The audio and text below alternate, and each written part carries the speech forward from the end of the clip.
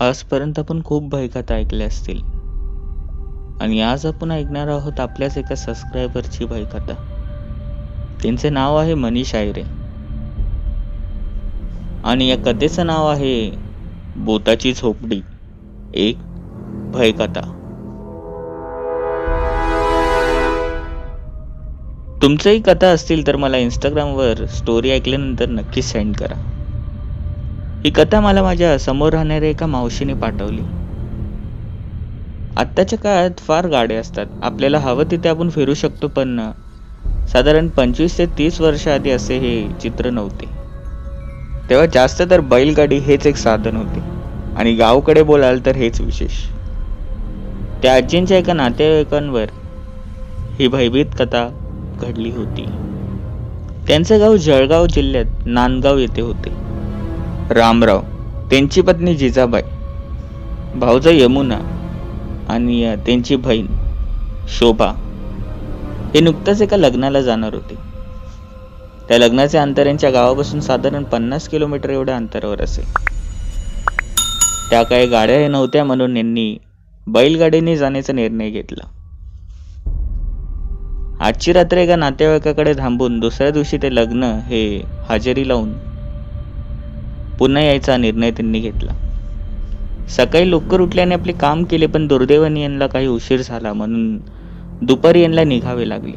बैलाची ती सर्जा राजाची जोडी, त्यावर अक्षरशः चौघे बसले होते आणि तो प्रवास अतिशय धीम्या गतीने सुरू होता. शेवटी बैल ते धावून धावून किती धावणार, साधारण 1 तास झाला असेल. 10-15 किलोमीटर हे पुढे आले असतील, पण अचानक ऊन वाढल्याने यांना तर थकवा जाणू लागला आणि तोपर्यंत तर संध्याकाळी देखील व्हायला लागली होती.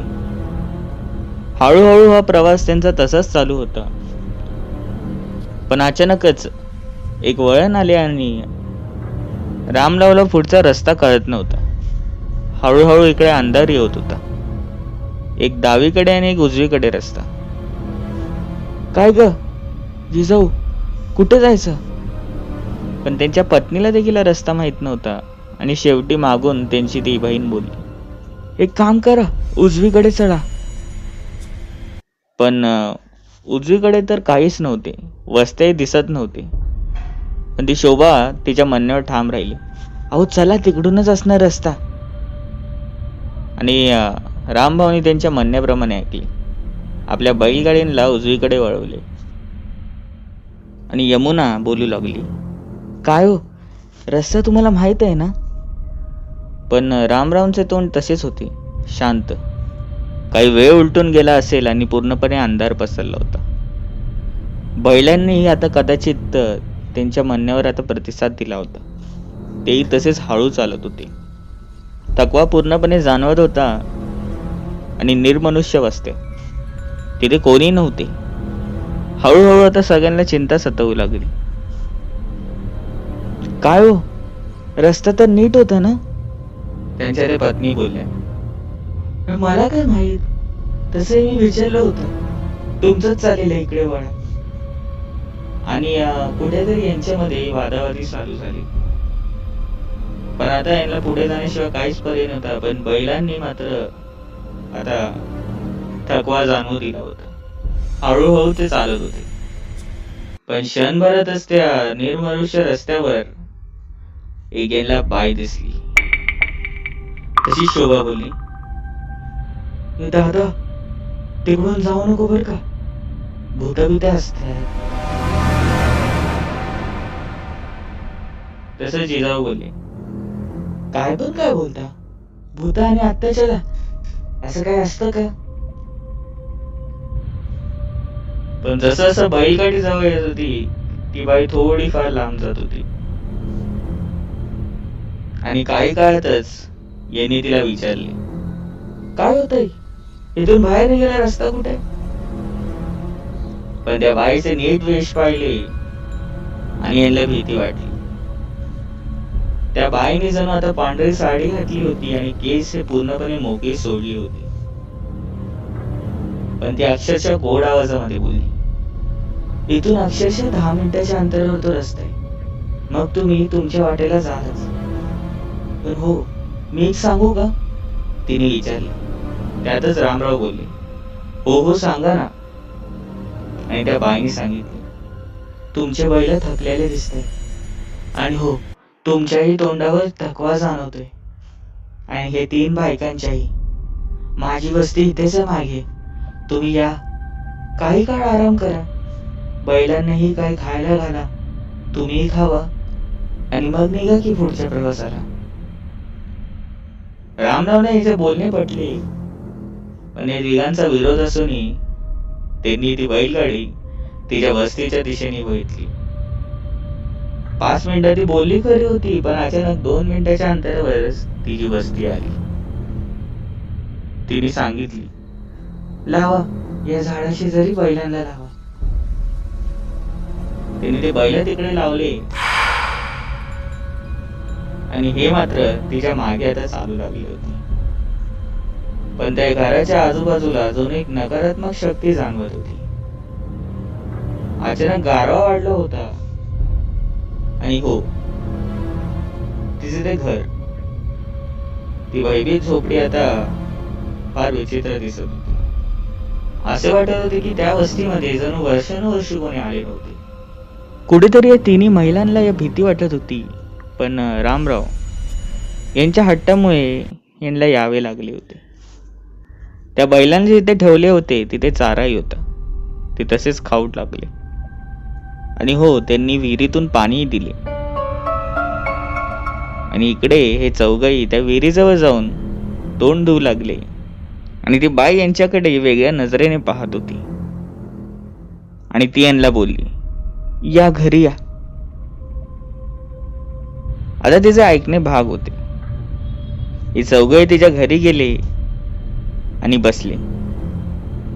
आणि ती बाई बोलू लागली, तसे इथे कोण फिरकतही नाही. तुम्ही खूप दिवसांनी आला आहात. बर बसा, मी तुम्हाला जेवण वाढू लागते. हे ऐकले आणि सगळ्यांच्या मनात एक वेगळीच दहशत पसरली. कारण की इथे आम्ही आत्ता आलो, रामराव बोलत होते. आणि हिला कसं माहित की आम्ही जेवणार आहोत? ते सगळं सोडा, पण जेवण तयार कसं झालं? आणि अक्षरशः काही वेळातच त्या बाईनी हे जेवण आणले. 4 ताटं, तेही भरून. शोभाला तर फार भूक लागली होती. ती त्याच क्षणी त्या जेवणावर तुटून पडली. जेवण वगैरे उरकले आणि रामावने त्यांचे आभार मानले. बर का ताई, तुमचे खूप खूप आभार. पण ती बाई यांच्याकडे तशीच बघत होती. ती बोलली, तसंही आता रात्र झाली आहे, काही काळ विश्रांती करा आणि निघून जावा. रामभाऊला हे पटले, पण त्यांच्या बहिणीला आणि भावजाला पटले नव्हते. त्यांनी नकार दिला. पण ती बाई पुन्हा एकदा बोलली, बरं ठीक आहे, हरकत नाही, पण किमान आत्ताच जेवलाय तुम्ही, काही काळ तरी विश्रांती करा. त्यावर यांनी होकार दिला. काही काय तसेच बसून राहिले, पण अचानकच शोभाला हे पोटात थोडे गुडगुडू लागले. तिला खरं सांगायचं आत्ताच्या भाषेत तर वॉशरूमला जायचे होते. ती घरामध्ये बघू लागले की छोटंसं भांडं आहे का. त्या काही लोक असेच जात असे, हे तुम्हाला माहित असेल. इकडे तिकडे पाहिले पण कुठे नव्हते. ती बाई देखील आता दिसत नव्हती. ती बहुतेक आतमध्ये गेली होती, स्वयंपाकघरात. त्यातच शोभा यांना बोलली, बर ठीक आहे, एक काम करते, मी आज जाऊन बघते. आणि शोभा ही तशीच आत जाऊ लागली. शोभाने जे दृश्य बघितले ते पाहून तिला फार आश्चर्य वाटले. कारण की ती झोपडी ज्या प्रकारे घरातून बाहेरून वाटत होती, ती तशी आतमध्ये नव्हतीच. ती एखाद्या महलासारखी मोठी होती. अक्षरशः 2 मिनिटं जरी चालले तरी ती झोपडी संपत नव्हती असे वाटत होते. बाप रे, हे काय आहे?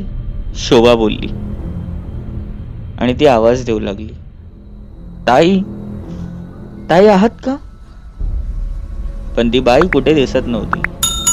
ही मागे फिरली आणि तिला पुन्हा एकदा आश्चर्याचा धक्का बसला.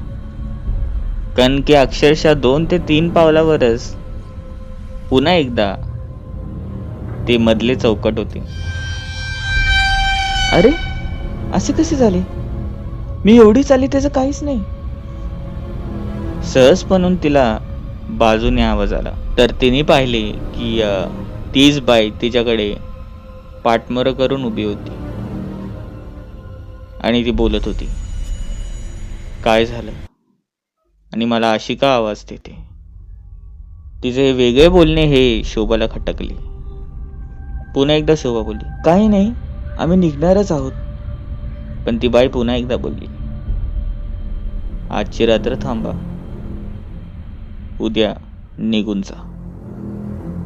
पण पुन्हा एकदा शोभा बोलली, नाही नको, आम्हाला जायला हवं. आणि ती रागात बोलली ना एकदा थांबा, नाहीतर मारला जाल सगळ्याच्या सगळे.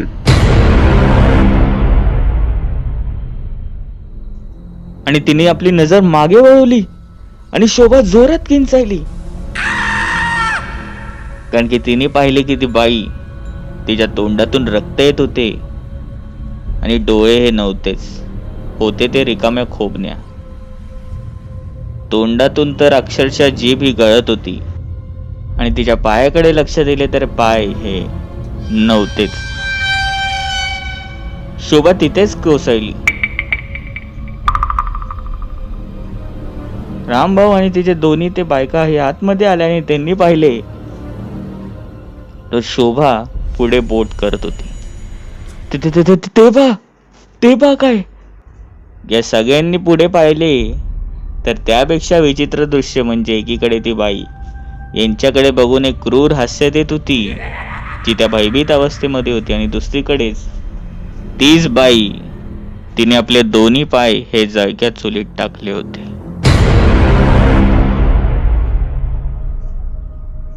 अक्षरशः त्याच क्षणी त्या रामभाऊनी शोभाला उचलले.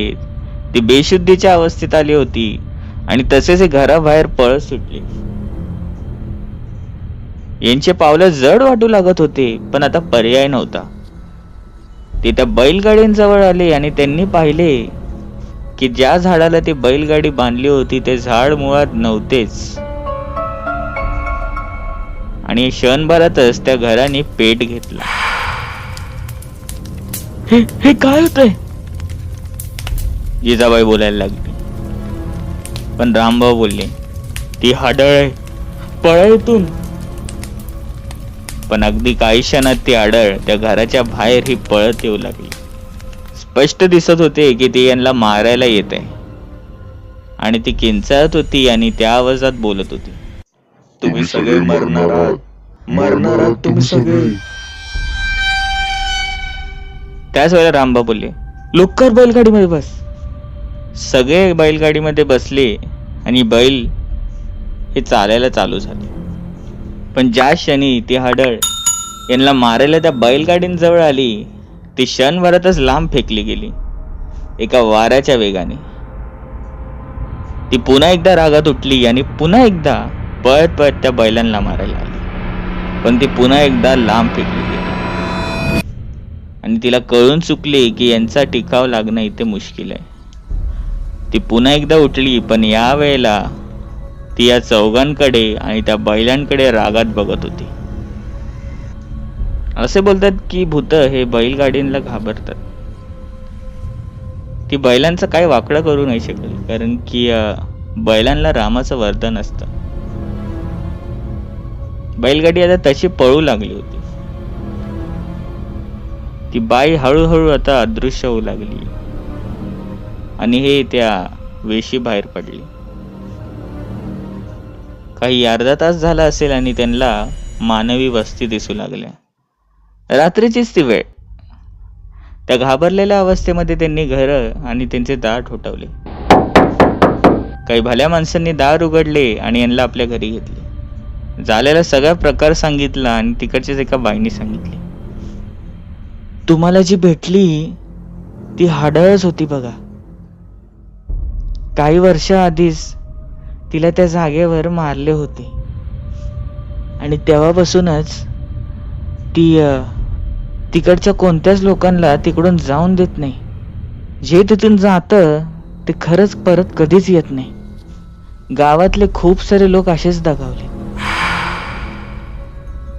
तुमचं देव बलवत्त म्हणून तुम्ही वाचलात. या मुका प्राण्यांना बोलता येत नव्हते, पण त्यांनी कळत न कळत या चौघांचा जीव वाचवला होता. खरंच ना, हे बैलगाडी आणि मुके प्राणी आपल्याला किती साथ देतात, शेतामध्ये म्हणा किंवा इतर कामांमध्ये. म्हणून यांच्यावर प्रेम करा. आणि हो, सगळ्यात महत्त्वाचं म्हणजे रामभाऊ त्या हडळीपासून वाचले. ही कथा आपल्या एका सबस्क्रायबरने पाठवली, मनीष आयरे. त्यांचंही धन्यवाद. तुमचंही कथा किंवा असे काही अनुभव असतील तर मला इंस्टाग्रामवर सेंड करू शकतात. आय डी आहे tejas.story किंवा मेल आय डीवर जी तुम्हाला डिस्क्रिप्शनमध्ये भेटेल. चॅनलला सबस्क्राईब करायला विसरू नका. बेल नोटिफिकेशन नक्की दाबा. भेटूया पुढील भागांमध्ये.